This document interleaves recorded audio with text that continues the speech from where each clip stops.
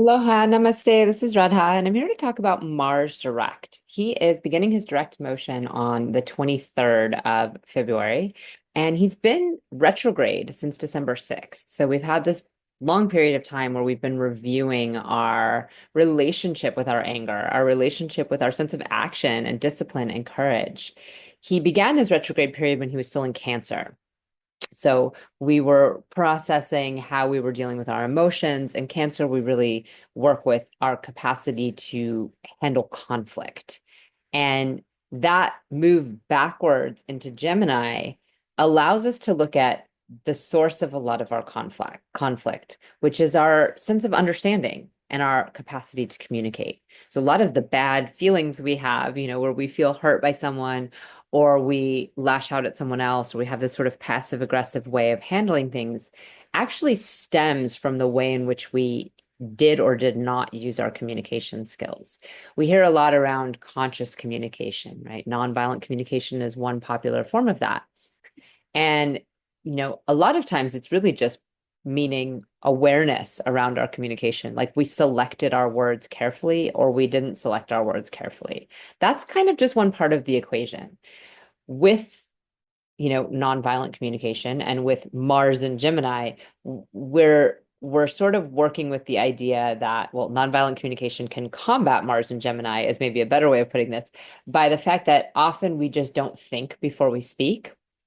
It will just say the thing. And this can also happen when Mercury's in Aries, where we're just like, blah, this is what I think. And it's really our judgments, our opinions, our righteousness, our sense of this is right and this is wrong, and this position of sort of being the judge and the jury and the lawyer all in one, and this is the verdict we've come up with, and you're wrong. And that can create a lot of conflict for us. So we use tools such as NVC to say our piece in a nicer way. And it's not even just a nicer way, it's a more conscious way. We're choosing our words carefully. When you did this, I felt like this. Can you do this in the future? This is how we carefully construct our sentences. But oftentimes, these kind of tools actually mask our truth. We use them so we don't say the wrong thing. So we can't get convicted in the trial of judge, jury, lawyer all in one, so that someone can't come back to us and say, you are actually now wrong. Those of us who've sometimes blurted things out from our emotional state and from our sense of rightness have found that whatever we were angry about can get turned back onto us because we didn't say it right. So this is where those kind of tools come into handy. But conscious can't just mean I'm aware of what I'm saying, because this can be used for manipulative purposes, and it often is. It's used again to mask our vulnerability, to hide the truth of a situation, and to keep ourselves from getting in trouble. And we see this rampant in spiritual communities, right? So-called spiritual communities, we could say. People are using these kind of forms of communication to actually avoid responsibility. What we want to dive into in this period of time, since we've already been through Mars and Gemini, we've already been through Mars and Cancer, and now we're retrograding, this is a chance to review our skill set and to look at whether or not we're actually creating more connection with our communication, more understanding, because that's the point of communicating, right? Beyond the basics of like, saying what our most fundamental needs are. The next level of communication is connecting with other people and being able to understand where they're coming from and having them understand where we're coming from. And we don't do a wonderful job of that in our world. And certainly social media hasn't helped that, because now that people can text things out, and not even just social media, but texting itself creates a lack of emotion, a lack of all the other forms of communication, like using our eyes and our body language and all of those kind of things. And so people are just immediately coming to a conclusion based on the words they see and whatever it triggers in them, whatever, confirmation bias it triggers in them. And so this is an opportunity for us as individuals to really look at, like, how am I communicating? How conscious am I? How connected to source am I? Because that's what consciousness is. So our capacity to connect to source is actually true consciousness. That's going to require some sort of meditation. You can't just think your way through that, right? And so, how dedicated and committed and disciplined are you about practices like meditation?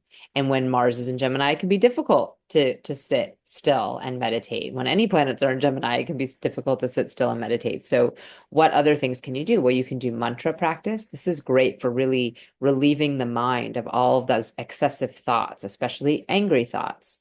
So, repeating mantra, especially like a Sanskrit mantra, this kind of ancient language that has words that are mathematically connected to parts of our brain that allow us to tune into a portal of consciousness, as opposed to just, perhaps English words that might mean something that we've attributed our different feelings and emotions to. But that can also be helpful. If you have a saying that is empowering to you in some way, you can say that repeatedly. Music can be very helpful. And rather than the kind of jazzy, free form music that you might feel tempted to work with, a really positive way to bring discipline into your brain, to bring your brain. What I mean when I say discipline is that, Mars requires some form of discipline. Just like if you're going to achieve anything in this world, you have to show up every day in some way towards that. If you have a goal for your career, if you have a goal in your relationship, if you have an artistic passion, you have to show up for that daily, right? You can't just kind of do it whenever you feel like it. You have to have some kind of regular rhythm that you're practicing. And you create muscle memory, and you create memory in your brain of the different things that you're doing. These are practices. And Mars is the part of us that does that. And often Mars functions best when we're physically practicing something, when we get up and actually do physical exercise. But it can be difficult when he's in a mental sign, and particularly this long stint where he's been in Cancer. And then he's been in Gemini. He hasn't been in a physically active sign for a long time. Before that, he was in Taurus, where we can also get a bit lazy. So it's been a long time since he's actually been in Aries and offering us that physical discipline we might need. So we have to kind of override that part of us that might tend to just get into like puzzles and wordplay and our lawyerly minds and arguments and things like that, and allow it to channel into something more physical. If you can take walks, if you can dance, awesome. If you can play music, if you can play something with a steady rhythmic beat, that's going to really help get your brain out of the never-ending spiral of where it can go with its judgments, its opinions, its black and white, this is how it's supposed to be, the righteousness that we can feel, and the arguments that get created from that. So these are really helpful tools for working through that and really looking at the ways in which you use your communication and in which you listen. So we often focus on how we talk and how we speak, but how do we listen? What are our listening skills include?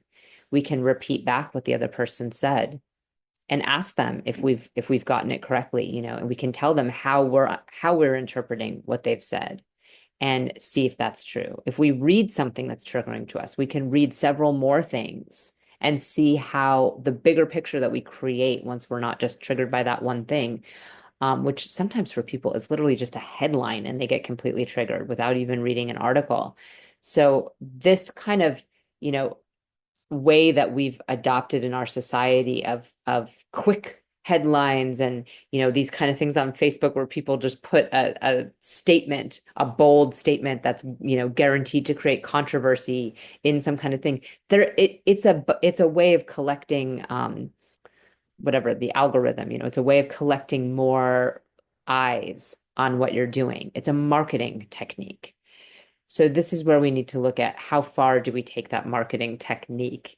Are we doing something to try to create money for ourselves and we have to do some kind of marketing? Personally, I don't agree with that. Like, I don't agree with that as a form of marketing. I think it's my judgment is that it's manipulative and it's taking advantage of psychology that we've studied, and it doesn't in the end bring actually the right people into whatever your work is or into purchasing your items, whatever. It creates more problems within our society. So I don't actually think that's an ethical way of marketing, but a lot of people use it. And I understand why they use it because it works, and it works with the algorithms of how these different social media companies are also playing on our tendency towards polarization, our tendency towards getting into arguments, and those kind of negative things that get reinforced. And so, how can we break free of that? How can we be conscious individuals who make active choices not to get stuck in that polarized arguing mentality, and allow ourselves to really see the full picture and all the nuance of everything that's going on in this world, and allow ourselves to truly understand the people in front of us, our friends, recognize who are our friends, right? Who are our actual lived people in our life that support us, and who are people that we might agree with on the internet but aren't really in our day-to-day life actually as friends. Who's our family, who's our community, our immediate community around us, and how can we build better relationships through our communication skills and our listening skills. So I hope this is helpful for you. You're welcome to like, share, comment if it is.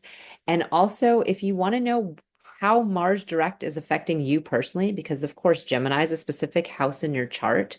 You might be a Gemini rising. This is going to affect you very differently than if you're, say, a Sagittarius rising or a Taurus rising. And so I break this down for all the 12 signs in weekly reports I do for my Patreon community. It's a tier called Cosmically Aligned. And when you sign up for it, you get this weekly breakdown for all of the signs of every transit that's happening with the moon, the weekly transits with the moon, the new moons and full moons. And then anytime a planet is moving signs, and in this case, moving direct, I talk about how that's going to affect you. What does Mars direct mean for you? Of course, Aries and Scorpio, it's their ruling planet. Taurus and Libra, it's their seventh lord of relationships. So maybe relationships have been kind of backed up during this period of retrograde for Mars. And now maybe there'll be more forward motion there. So these are the kind of things we look at. And if you're interested in that, you can go to patreon.com, Radha Home Astrology, and sign up for Cosmically Aligned. I will see you soon. Namaste.